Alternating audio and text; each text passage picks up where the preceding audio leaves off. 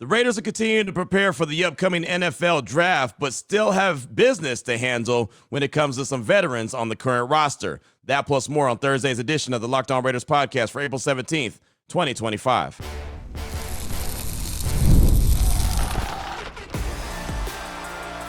You are Locked On Raiders, your daily Las Vegas Raiders podcast, part of the Locked On Podcast Network, your team every day. And welcome here, Raider Nation, to another edition of the Locked On Raiders podcast. Thank you so much for making the show your first listen of the day. We definitely appreciate you catching the show wherever you find your favorite podcast, or you're checking us out by way of the YouTube page. You know we appreciate both. The show grows each and every day, and that's because of your consistent support, the way that you check in on the daily, you let people know about it. It does not go unnoticed. We definitely appreciate that. And, of course, the job that my man Ari does on the YouTube page. Without him, we have no YouTube page, so we shout him out. We appreciate him. Takes a lot of pride in his work, and that's big time for us. So shout him out. He's on Twitter at Ari Produces. You can hit me up as well at your boy Q254. If you want to be a part of the show, 707-654-4693. A lot of feedback that we've received, calls, texts, all that. We'll close out the show, segment number 3, hearing from you. Segment number 2, we'll actually hear from GM John Spytek. Not because he sat down and talked with me, but he was talking with Rhett Lewis and Bucky Brooks on Raiders.com. They were in their podcast studio and kind of gave us a couple ideas about the draft strategy that he had while he was part of the Cleveland Browns staff. So I thought it was pretty interesting and intriguing to hear what he had to say in preparation for next week's NFL draft. Maybe he'll give us a little bit of a hint or a clue to what he may be thinking or the front office may be thinking as they get ready for next week's draft. That'll be in segment number 2 of today's Locked On Raiders podcast. Here in segment number 1, just news and notes of the day, and got to talk about the big left tackle, Kolton Miller, first and foremost. We'll jump right into it after I tell you about the title sponsor of the show, and that's Gametime. Download the Gametime app, create an account, use promo code LOCKEDONNFL. It's all one word for $20 off your first purchase. So on Wednesday afternoon, saw this from Jeremy Fowler from ESPN. He reported on Twitter, Raiders left tackle Kolton Miller is not currently participating in the voluntary offseason program as he seeks a contract extension per source. Miller's 29. He's a 7-year starter and a 2026 free agent. Las Vegas has not engaged in contract talks with the former first-round pick. Again, Jeremy Fowler from ESPN reported that again Wednesday afternoon. And one, it didn't surprise me a lot. 2, it's not a holdout. So for anyone who's like, oh, Kolton Miller's holding out, he's not holding out. It's voluntary offseason program. So he does not have to be there. But the fact that he's not there, and the reason he's not there is because he's looking for that contract extension. He has no guaranteed money on his deal this year. He had no guaranteed money on his deal last year. So him playing on it last year was already a big deal. And for him to go into this year with no guaranteed money is also a big deal, something I don't think you're going to see happen. Again, you don't see that very often. And I thought this was pretty interesting from Ryan McFadden, who covers the Raiders for ESPN. He took over for Paul Gutierrez. He does a great job. He was covering the Denver Broncos at one point, and now he's covering the Silver and Black. And he said this, Raiders GM John Spytek, when asked at the league meetings about contract extensions for players like Kolton Miller, he said, I quote, I take it case by case. I think it's tough for the guys on the roster. Every year there's been a coach and new GM, and it's hard for them to feel valued unless you're like one of the top 3 or 4 guys at your position in the NFL. How do we make sense of the kind of deal that we have to keep you here? I'm big into knowing the person before throwing out huge contracts. It'll take some time, but I'm looking forward to getting to know all the guys on the roster and figure out the right way to build the team. Again, that's from John Spytek at the league meetings, and this is something that Ryan McFadden tweeted out. So you look at Kolton Miller and what he's been able to do. And you remember last year, he got off to a slow start. He was rehabbing from the shoulder injury, the shoulder surgery that he had in the offseason. Matter of fact, during training camp when we were all in Costa Mesa, he didn't participate, right? And so you saw how it was early in the season. Did not look like the Kolton Miller that we're all used to. As the season wore on, he got a lot better, and he started rounding the form of who Kolton Miller is. But again, not having guaranteed money last year, not having guaranteed money this year, something's got to give, right? He's going to be a free agent. I saw a lot of people talk about, well, just trade him and go draft somebody at number 6. I don't think it's that easy because he's still a really good left tackle, and he's still only 29 years old. But the problem is, what is the value? This is going to be a word that you're going to hear me say quite a bit with this front office because, one, this front office is not tied to Kolton Miller. And just like John Spytek said at the league owners meeting, right, unless you're one of the top 3 or 4 in your position across the league, it's hard to value you. When they made the contract extension for Max Crosby, they knew where the value was. Max Crosby is one of the top 3, 4 best guys in his position across the league. Kolton Miller, I wouldn't say is a top 3 or 4 left tackle in the National Football League. Now, he's probably around 15. I would say he's ranked about 15th, 16th, something like that, middle of the pack. but that's not top 3 or 4. So how does John Spytek, how do the Raiders front office, how do they judge how much he's worth? I do believe that he should be given a contract extension, at least adjust his contract for this year. I think he has a base salary of about $12 million. So you want to make that at least guaranteed, like guarantee some money. Again, the Raiders and players in general in the NFL don't like playing with no guaranteed money, right? When they don't have that, that's when contracts need to be looked at. That's the same thing that I talked about when it came to Devontae Adams, right? Before he got his deal, I kept saying at some point he's going to have to get a new deal because he has no guaranteed money on it, whether it was with the Raiders or somebody else. We know how that shook out. Knew Max Crosby had no guaranteed money, knew that he was going to have to do something with that contract. We saw how that shook out. Kolton Miller, 2 seasons now in a row with no guaranteed money. Something's got to give. So right now, not there at voluntary offseason program. And who knows how long he still has to be a really good left tackle in this league. Like, again, he's 29 years old. It's not old, right? The trenches, they can obviously play for a long time. I mean, Trent Williams, obviously he's one of the best ones in the game. They're playing for the 49ers. He's, 37? And he's still cooking, right? He's a very highly paid guy as well, but he's been one of the best at his position forever, right? And you could almost say that he's the best left tackle at his position. Tristan Kuhn put this out on Twitter, just talking about Kolton Miller in 2024, the way that he played. He said, weeks 1 through 5, he gave up 6 sacks and 14 pressures, 9 hurries, 2 hits allowed, and 211 pass blocking snaps. Week 6 through 18, when he was a lot better from that shoulder surgery, 1 sack, 24 pressures, 16 hurries, 4 hits allowed, and 505 snaps. Spent the first half of the season rehabbing that offseason shoulder surgery on a torn labrum, plus missing 80% of training camp. Week 6 through 18 is the play that you're accustomed to. That's from our guy, Tristan Kuhn. He put that out on Twitter, just kind of giving you a perspective of what Kolton Miller was going through in 2024. What I did not like about the way that Kolton Miller approached the offseason last year and the offseason shoulder surgery that he had to have is he waited. If you know that you have to have some kind of surgery on your shoulder or your ankle or whatever the case may be, go get it done right away. Get it done. You know that it's something that you're going to have to rehab back from and start to bounce back. I mean, again, missing 80% of training camp is not going to cut it. And I promise you, he didn't do anything, not one time while he was out there in Costa Mesa, right? And so he must have, if he did anything in training camp, it might not even have been 80%. It might have been more like 95% of training camp that he missed. Remember, JPJ didn't get into action either because he was battling back from something as well. So that just was not very good. And then they're trying to learn new guys on the offensive line. So that just really set the whole offensive line back. So something to pay attention to. I'm sure that John Spytek's going to get something done. I don't think that they're going to be moving on from Kolton Miller, but I also don't think he's playing in 2025 with no guaranteed money. So it's definitely something that they're going to have to monitor and pay attention to. And it's wild, man. I mean, being a week away from the start of the draft, there's reports all over the place about where the Raiders are going, right? I mean, Ashton Genty, he's been the guy where all roads have led to the Raiders with him forever, right? I mean, just about anyone who's got a mock draft has been saying Ashton Genty to the Raiders at number 6. Tony Pauline from Sportskeeda.com, he's reporting the Raiders are leaning Armand Membu, the offensive tackle out of Missouri. And it's just funny. I laugh when I see that. And then all of a sudden the Kolton Miller news is out there too. And everyone's like, oh, okay, Tony's onto something. They're going to go get Armand Membu and he's going to be drafted and they're going to move on from Kolton Miller. First of all, Membu was a right tackle in Missouri.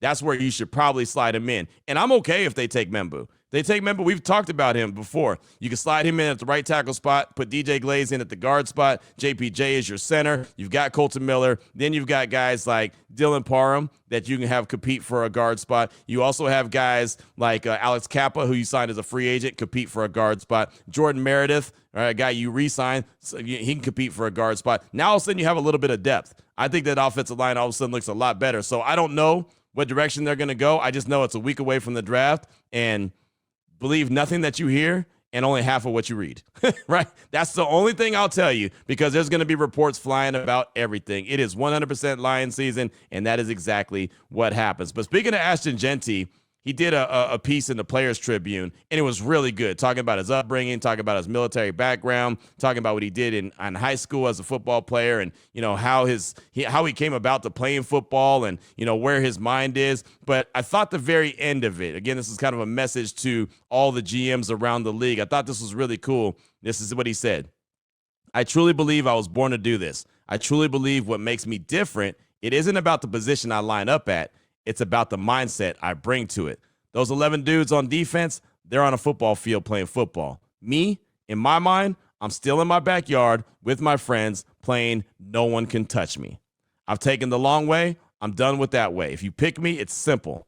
I'm coming to your franchise to do what Saquon the Eagles just did. I'm coming to win big soon. And then here you go. This is the best line at all right here from Ashton Jeanty. Again, Players Tribune. You got to go read it. It's a really good article. Get you up to speed on who Ashton Jeanty is as a young man and a football player. But he says at the end, it's tackle football. You know what I'm saying? I'd draft the guy they can't tackle. Thank you for your time, Ashton Jeanty. I thought that was really cool, right? I mean, if that doesn't get you like, all right, sold, go ahead and select him. I don't know what will, but I thought that was really cool stuff from Ashton Jeanty. And again, the Players Tribune, I encourage you to go read it to get you up to date and up to speed on who Ashton Jeanty is all in all. But coming up in segment number 2, draft pick strategy from the GM John Spytek. You'll hear what he had to say to Rhett Lewis and Bucky Brooks, and we'll talk about it, break it down. We'll do it next on today's edition of the Locked On Raiders podcast. Before we get to that, we do want to tell you about the title sponsor of this show, and that's Gametime. There's nothing like the atmosphere of an NBA playoff game. Every bucket, every defensive stop, every moment feels huge. It's electric in the arena, and with Gametime, you can be a part of it without the stress of last-minute ticket hunting. Gametime makes it fast and easy to get playoff tickets, even when demand is sky high. Prices on the app actually go down as tip-off gets closer, and their last-minute deals can save you up to 60%. So if you're looking for Warriors tickets, right, whether that's going when they play Houston starting on Saturday or when they're back in at the Chase Center in the Bay, you can get your tickets by way of Gametime. Again, they got the last-minute deals. You can save up to 60% off buying last minute for sports, concerts, comedy, theater, whatever the case may be. Take the guesswork out of buying tickets with Gametime. Download the app, create the account, use the promo code LOCKEDONNFL. It's all one word for $20 off your first purchase. Terms apply. Again, create an account, use the promo code LOCKEDONNFL for $20 off. That's Locked On NFL. Download Gametime today. Last-minute tickets, lowest price guaranteed. All right, Raider Nation, here we go. Segment number 2 of today's Locked On Raiders podcast. Want to take you behind the scenes a little bit of what GM John Spytek, what his draft strategy may be. And I did want to pass this along as well. We're getting an opportunity to speak with GM John Spytek and head coach Pete Carroll coming up on Friday at 11 a.m. at the Intermountain Health Performance Center. That's Pacific time, of course. So I'm taking off my radio show, Joe and Q on ESPN Radio. Not going to do that because this is important, right? The draft pre-draft press conference is super important. Need to be there for that. And normally I wouldn't get off my show until noon, so I'd obviously miss it. Can't do it. I had to make the call like, hey, guys, sorry, can't do the show on Friday because, man, this is important. They totally understood. So all good. But we'll get our opportunity. We haven't had too many opportunities to talk to GM John Spytek or Pete Carroll. The last chance I had was at the scouting combine. Now, others have talked to him at the owners' meetings, but I didn't go to that. That was in Florida. So looking forward to the opportunity to ask a few questions about their strategy. But this could take you behind the scenes of their strategy just a little bit. GM John Spytek was on with Bucky Brooks and Rhett Lewis on the Raiders social media platforms and, Raiders.com. They do a really good job of not only having content up on the website, but also pumping it out by way of their social media. And he was talking about his draft strategy and references the time he was in Cleveland. And the thoughts were at the number 7 overall, what were they going to do? This could give you a peek behind the scenes of what they're thinking at number 6 based off of what we've been talking about when it comes to running backs like Ashton Jeanty, maybe an offensive lineman like an Armand Membu, maybe even a quarterback like a Shedeur Sanders if he drops. But here's John Spytek with Bucky Brooks and Rhett Lewis. Certainly based some on need. Certainly it's based on the caliber of player that you're watching. And the ideal scenario is those two things match up. And then that's the perfect draft pick. But that very, very rarely happens. I think back to, to give a real life example of this, I think back to our first draft in Cleveland when I was there in 2010. It was a draft where we had conversations back and forth on Eric Berry and Joe Hayden and who the right pick was at that point, if they both were available. It turns out at 7, there was only one available. It was Joe Hayden as Eric went 5th that year.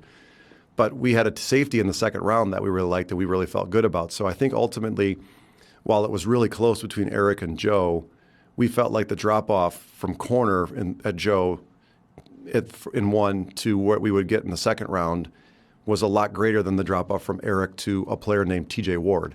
And that's ultimately probably what we would have ended up doing had we had to make the decision. We did not because, Eric got drafted by the Chiefs that year and Joe was there waiting for us. But that's kind of a real-life example of what's the right order to do this in. And it's got a lot to do with your needs as an organization, but also the players that you can kind of project might still be available at your later picks. Caliber of player versus need. And you heard what GM John Spytek had to say, that hopefully that aligns. And he gives you the plan of what was going down at number 7 when Cleveland was picking, when he was there in the Cleveland Browns organization. And that is the big conversation, right? We've had the conversation of, do you draft Ashton Genty? Are the Raiders ready to maximize his ability? Well, just what he had to say right there, that just over a minute soundbite that he had right there, kind of goes against the thoughts of, oh, Ashton Genty's going to be the pick at number 6, because he talks about the supply and demand, right? I mean, how much is the drop off when it comes from talent from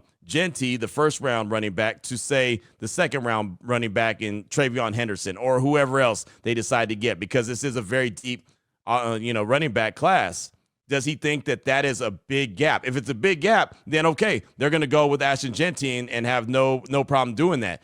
But is the gap between the first round offensive tackle or the best offensive tackle on the board compared to the second round offensive tackle, how big is that gap? If that gap is greater between the offensive tackles in the first round and the second round, it would be most likely that they would go with the best offensive tackle, because they feel like, yeah, we're not going to get the best running back, but we're going to get a really stinking good one. That's just an example that he gave from his time in Cleveland. Now, he's been in Denver. He's been in Philadelphia. Obviously, most recently, he was in Tampa Bay. I'm not saying that that's going to be exactly what's going to happen and how it's going to play out, but just listening to that, and if you want, go back and run it back and listen to it again, just hearing what he had to say in the philosophy, again, like he said, hopefully it just plays out where the two align, right? And even the example he gave in Cleveland, they didn't end up having an option with their pick because, well, the guy that they were considering got picked, Eric Berry got picked number 5, as opposed to, him dropping to number 7. And then all of a sudden they had a decision between Berry and Joe Hayden.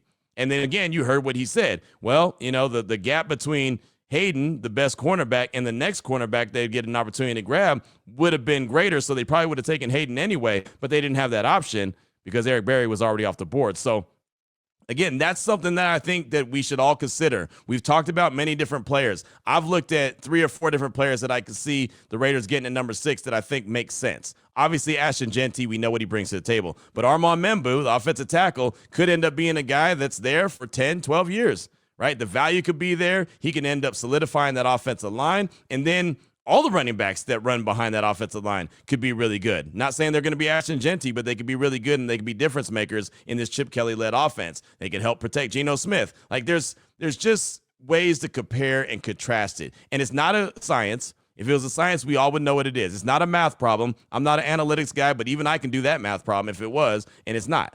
So it's just, you got to kind of listen, see if you could pick up a little clue here or there. Obviously, we're going to ask John Spytek and Pete Carroll about this on Friday when we get a chance to catch up with them at the Intermountain Health Performance Center. But that's kind of one of those, like peek behind the curtains as he's, opening up to what, Rhett Lewis and Bucky Brooks was saying. And again, it's funny, I had Tashawn Reed from The Athletic on my show on Wednesday, and, he had even tweeted out that, listening to this philosophy kind of goes against everyone's thoughts that Ashton Genty is going to be the pick at 6 for every reason that we just mentioned here in segment number 2 of today's Locked On Raiders podcast. So I think it's just really good food for thought.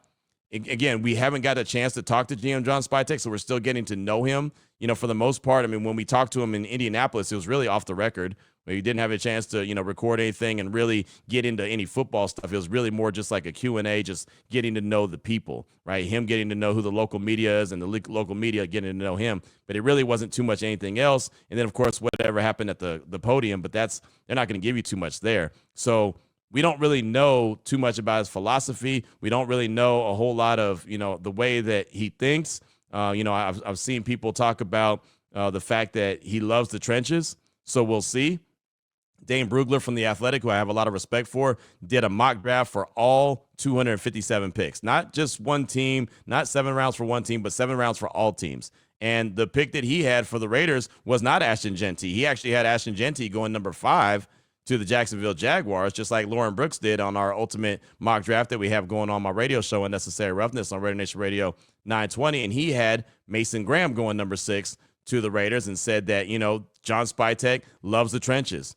And on the defensive side of things, there's nothing more important than that defensive line. And that's where his philosophy is. So if that is to be true, and we see that to be true, then there's a good chance that there'll either be an offensive lineman or a defensive lineman taken at the draft at number 6, and they wait for their difference-making running back, right? And again, in a draft that's very deep in the running back class, and this is why we've had I don't want to say confusion, but we've had the conversations back and forth, will they or won't they? Because again, as much as Ashton Genty could be that difference maker, if their philosophy and them being John Spytek and Pete Carroll are to go and attack the trenches, that's exactly what they're going to do. We've talked about what Pete Carroll did in Seattle with his first few picks, the trenches, he attacked, right? I mean, that's just what he did. John Spytek very well easily could attack the trenches with his first few picks. To be 100% honest, I mean, there's no saying that he's going to get a running back in round 2. He might wait for one that Chip Kelly's like, yeah, go get that guy because I'm very familiar with him. So again, it's not something that we're going to know until we know it, but it's like I said, it's a little bit of a breadcrumb to what might be the draft philosophy of one GM John Spytek, who will be on the clock coming up a week from today. So that's what I got for you for segment number 2, today's Locked On Raiders podcast. What's on your mind? Your calls and texts are next. 707-654-4693. It comes up in segment number 3 of today's Locked On Raiders podcast. Before we get to that, though, I do want to tell you about another great sponsor here on the show, and that is LinkedIn. As a small business owner, your work doesn't end when the clock hits 5. Your business is always on your mind, which means when it's time to hire, you need a partner that works just as hard as you do. That's where LinkedIn Jobs come in. When you clock out, LinkedIn clocks in. LinkedIn makes it easy to post your job for free, share it with your network, and get qualified candidates all in one place. So how do you do it? Well, LinkedIn's new feature can help you write job descriptions and then quickly get your job in front of the right people with deep candidate insights. And here's a pro tip. Add the hashtag hiring frame to your profile picture to double your reach to qualified candidates. No wonder 72% of small businesses say LinkedIn helps them find high-quality hires. So here you go. Post your job for free at linkedin.com/lockedonnfl. That's linkedin.com/lockedonnfl to post your job for free. Terms and conditions apply. Here we go, Raider Nation. Segment number 3 of today's Locked On Raiders podcast. Your calls and texts are up that Locked On Raider podcast voicemail line, 707-654-4693. Start things off with a call from Raider Vato in Newman, Georgia, calling to talk about the draft and what he believes Raider Nation does not want to see the team do in the draft. Here he is, Raider Vato in Newman, Georgia. Hey, what's up, Q? This is Raider Vato. How's it going, bro? I'm calling out of Georgia. Noonan, Georgia, to be specific, kind of outside of Atlanta. But, I just called to say, hey, man, all this draft talk, I'm just saying, I think Raider Nation, we just don't want to have to freaking see, the Cleve Farrells, the Leatherwoods, the Tyree Wilsons, no offense to you, bro. I know you're still on the team. But she should have been drafted that high. I'm sorry. The DJ Haydens, you know what I'm saying? The Gary and Connolly's, I think we're just sick of all that, and we just want good players, man. Brock Bowers, Josh Jacobs, those were good. You know what I'm saying? We're just sick of all the picking, overreaching and stuff like that. So I think anybody that's just a good player, like a, guaranteed Pro Bowler, someone that can contribute. And of course, we need a quarterback, and we don't need the quarterback to play right away because we have Geno. I just sense the, last couple of years, slowly but surely the dysfunction has just been slowly been weeded out. And I think that's amazing. The Raiders are actually functioning like an actual football team, a pro football team. And so I just think anybody that's drafted, if you're good, man, in the first round, awesome. Anyway, that's all I gotta say, man. But yeah. Peace out, y'all. Have a good week. Vato, thanks for the call. Appreciate you. And yeah, going over the former Raiders picks is never easy, right? You rattled off a laundry list of picks that Raider Nation scratched their heads and wondered when the world's going on, right? You mentioned Tyree Wilson. He's got to have a big year this year, man. He's got to ball out, right? He's got to prove that he's not a bust. And when I say bust, he's got to prove that he was worth the number 7 overall pick. And right now, it doesn't feel like he is. right? As much as I thought he was going to be a difference maker when he was at Texas Tech, I thought coming into the draft with his length and he'd be able to get after the quarterback, but coming in with a bad wheel and never really kind of getting going, it seemed like he was a slow starter. It seems still like a slow starter. This year 3, man, it's going to be a big deal. The Raiders aren't going to be waiting around, and this staff has no ties to them. I say it all the time. Guys that don't have ties to the current staff, they are really on the hot seat to go and get things done. If the Raiders are going to operate as a serious team, which is a theme I've had going on now for a few months, or at least since Pete Carroll and John Spytek have taken over, they've got to be able to get players that can make impacts and make differences. Get the right players, not the guys that are the head scratchers. You're absolutely right about that. So thanks so much for that call. I do appreciate you. Up next, got a text from TM Jones in Vegas. It says, Q, TM Jones from Las Vegas. First off, just want to thank you because your podcast kept me from jumping off the Raiders wagon after AP got fired. You're the voice of reason. Love this time of year, and we all get to play GM for the draft. One thing I learned is that I'm not an expert in talent evaluator, and I got to trust the Raiders' decision makers and look at the Bucs and Seahawks' previous drafts for a clue. The Bucs have never drafted a running back early, and Seattle did it once with a late first-round pick. They both drafted inside out with their early picks generally. Every team claims to want to build their team from the inside out, but only serious teams like the Eagles actually practice what they preach. Let's hope the Raiders do the same and don't draft Genty. Austin Mock wrote an interesting article on The Athletic about this. I'll leave you with a Spytek quote. So to me, it's more about team building. What's best for the Raiders? How can we make this work? It's not about collecting talent. It's not about just filling a roster out either. So that's TM Jones in Vegas. Really good stuff, my man. Appreciate you. It kind of goes back to the draft philosophy that we were talking about in segment number 2, right? It almost goes right in with what we just heard when he was talking to Rhett Lewis and Bucky Brooks, and hopefully what we get to hear a little bit more of coming up on Friday. Again, and then what you talk about with Seattle and also Tampa Bay, I mean, again, the inside out. So it doesn't surprise me when the Raiders are connected to an offensive lineman. And this is something I've been talking about for a while, right? What is the true feelings on the offensive line? How do they really feel about these guys, right? And we don't know the true answer. I know what Pete Carroll told us at the scouting combine, and I'm not saying I don't trust what he says, but how much of that was coach speak? How much of that was him wanting his players to hear that he believed in them? And how much of that was like if he was hit with a truth serum, he'd be like, yeah, we're confident in these guys. I don't think they're 100% confident in him. I think that there's a lot to be desired still for this Raiders offensive line. It did improve, no doubt about it, over the course of the season, but it still wasn't exactly where it needed to be, especially when it came to run blocking. It sure wasn't where it needed to be. The running backs were a problem, sure, but the offensive line was as well. So thanks so much for that text. I definitely appreciate you. It's good to hear from you. Up next, got a call from our guy, Cyrese from the Bay. It's been a minute since we heard from Cyrese. He's calling to talk about a potential trade for Jalen Ramsey, something I talked about on Wednesday's show, and tells us why he thinks it makes sense. Here he is, Cyrese from the Bay. What up, Q? Cyrese from the Bay, man. Sitting in this traffic on 80 trying to get home. You know how that is. Listening to your comments about the Jalen Ramsey trade opportunity, I'm hearing some concern in your voice. And listen, man, we all know you're the hardest working man in Raider showbiz, so I'm here for you. We got you. Allow me to alleviate some of your concerns. But let's first start off with some things that I think we can all agree with, which is Jalen Ramsey is still playing at a very high level and still one of the top cornerbacks in this league. And acquiring Jalen Ramsey would bring instant stability to one side of the field for the Raiders, and he would automatically, without a doubt, be by far the best defensive back they have on the roster. Because right now, the Raiders don't even have one reliable starting cornerback. Their best guy last year was Jacorian Bennett, and he missed 7-8 games? So right now they have probably the worst cornerback room in the entire NFL. And Jalen Ramsey would be a very strong solution to move them in the right direction. Now, if your concern is about the money, let me help you see this from a little bit of a different point of view. If you look at the numbers on Spotrac, the team that acquires Jalen Ramsey's contract is only on the hook for $21.1 million in the first year. After that, it's a pay-as-you-go contract, which makes this a very team-friendly deal, okay?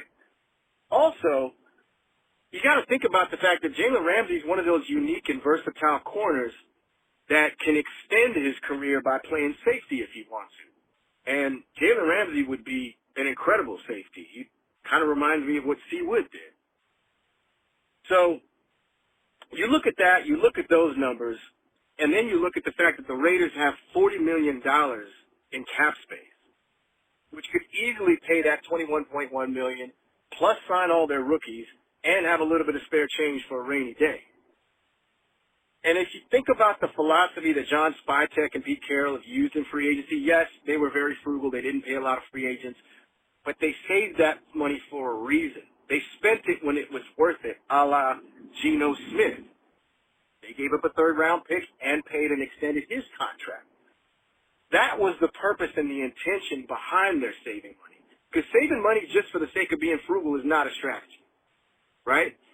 They showed us what their strategy is, and Jalen Ramsey is in the same class and caliber of player as a Geno Smith. So they'll spend it when they think it's worth it. And my man, Jalen Ramsey is worth it. If you can get him for a 4th or a 5th round pick, you take that deal all day, every day. Cyrese, thanks for the call, my man. I appreciate you, and trust me, I hear everything you're saying, and yes, Ramsey is really good.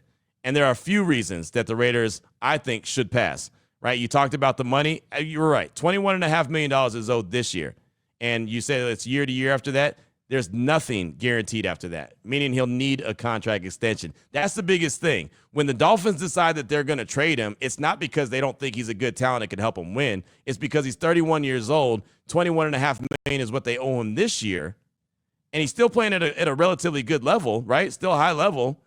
But they're going to have to give him a contract extension. Jalen Ramsey's not going to be cheap. We just talked about Kolton Miller in segment number 1. He played last year on no guaranteed money, which surprised the hell out of everybody.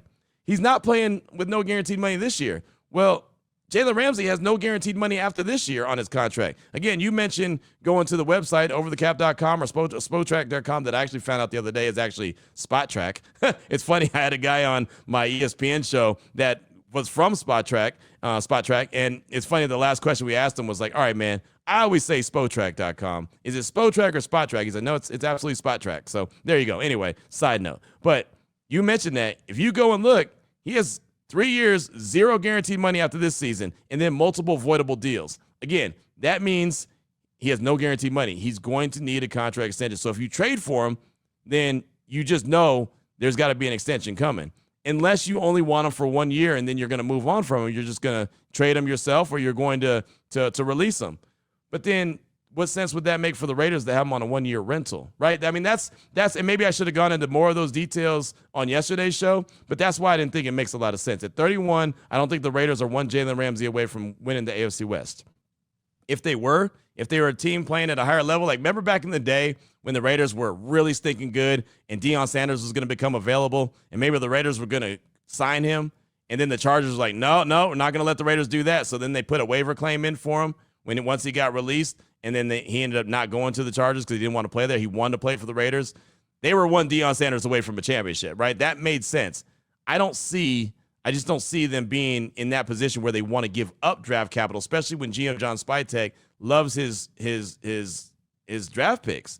You know, he said it before. He had to tell Pete Carroll that, hey, man, we still have a draft because Pete's trying to trade a bunch of different picks away and bring in players to the team, current players, and he's like, hey, man, we have a draft coming up. I love the draft picks. So I just don't see it. Look, last year, I mean, again, he still played good, right? He had two picks, 11 passes defense. He allowed 44 catches on 71 attempts, 3 touchdowns he gave up, 62%, which, again, not bad. He was still top 10. Matter of fact, Pro Football Focus, he had him ranked 10th in 2024. They said Ramsey's the only player on this list over 30 years old, proved he still has plenty left in the tank. 2024 was his 4th season, going over 1,000 snaps in 5 years while boasting at least a 75 PFF overall grade. Ramsey added a new element to his game this past season as his 47 pass rush snaps more than doubled his previous career high. He also led all quarterbacks with 12 quarterback pressures. His work disrupting passes wasn't limited to his coverage skills, also batted 4 passes at the line. Bengals quarterback Mike Hilton was the only other player at the position to have 2. So again, overall grade for Ramsey, according to Pro Football Focus, 76.9. Really, it's still good. But a lot of teams across the league, and I think the Dolphins are trying to do that, are getting in the habit of getting rid of a player a year early as opposed to holding on to him a year too late. And again, with the contract that they're going to have to give him, it's not necessarily about the $21.5 million this year. The Raiders have that. But what does a contract extension look like? Just like they just extended Geno, they just extended Max, they have to extend Kolton, unless you're in the camp of believing that they're going to move on from him. I'm not.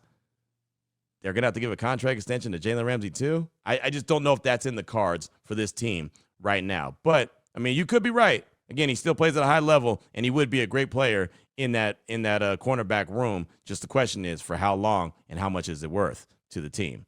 Final text we got from Raiders Forever in Nashville. It says, hey, Q, it's Raiders Forever in Nashville, Tennessee. I've been a Raider fan 50 of my 57 years on this good planet, and I've seen the same mistakes for 50 years. We always go after the hot potato, usually after it's been baked 2 or 3 times. I believe this draft is going to be won in the second round, so I'm all for looking deeply into the first round, trading back with either the Panthers, the Bears, or even the Saints and picking up an additional second-round pick. I think we'll still be able to get Genty and then come back and pick up 2 starters right off the bat. I like the Kentucky cornerback in Harrison. I like Jalen Milroe. Any of the late second. I like a wide receiver if we can grab one in the second. My point is, to win this draft, you got to have 4. You got to be able to get 4 starters out of this draft. I believe if we move back and trade away our 6th pick, move in back, we can still get Genty and still get a couple extra picks in the second round. And then I say sell the farm and draft like crazy in round 2 and 3. Whatever you got to do, sell the farm next year, sell the trade away for the 1st or 2nd pick next year. This is a solid draft class. And I say we go after our key position players, running back, wide receiver, defensive back, pick up a defensive tackle, get Milroe because I think he's going to turn out to be something for real, and go from there. Thanks, buddy, for what you do. It's a great podcast. I listen to it every single day. I wish you the best. Be blessed. That's Raider Forever in Nashville. It's an aggressive strategy to the draft. Trade back, collect a couple extra picks, and then draft like hell, right? Boom, boom, boom. Get aggressive. And that could be something that they do, right? They've got 9 total draft picks right now. They could trade back a little bit. They could stick and pick at number 6 and still have an opportunity to get active, right? Jalen Milroe being there in Green Bay at the draft, that's an intriguing element to this, right? He can think that he's going to go in the first round. I've been told that he just wants to be there for the experience. Not too many guys get to say that they walked across the stage and, took the hat and the jersey from the commissioner, right? Heard their name called in the NFL draft, and he's a solid dude like that.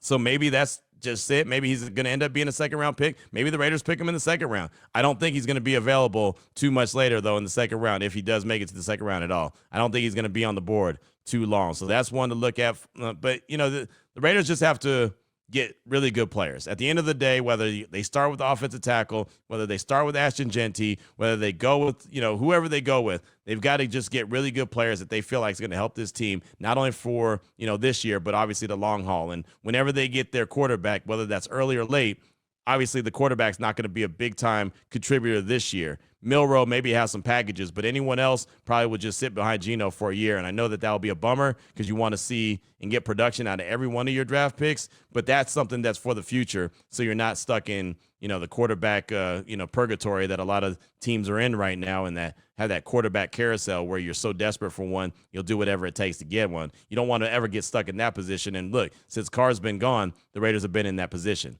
They don't have an answer at the quarterback position. Geno's looking to be that guy, at least for the short term. But that's what I got for you for today's show. Still got a call from Fred from Bakersfield, a text from Fitz Raider. We'll get those on tomorrow. We'll have more news and notes, that's for sure. Of course, excited about tomorrow being able to have the opportunity to talk to John Spytek and Pete Carroll later on today on my radio show on Joe and Q on ESPN Radio. Going to have a chance to talk to Mel Kiper, so get the final talk before the draft actually gets underway going next week. So get his final thoughts on it, where he thinks all these different players will go. So that'll all take place as well. If he says anything good, we'll bring it to the show. So until tomorrow, Raider Nation, take care of yourself, take care of your family, love on your family. Most importantly, as always, just win, baby.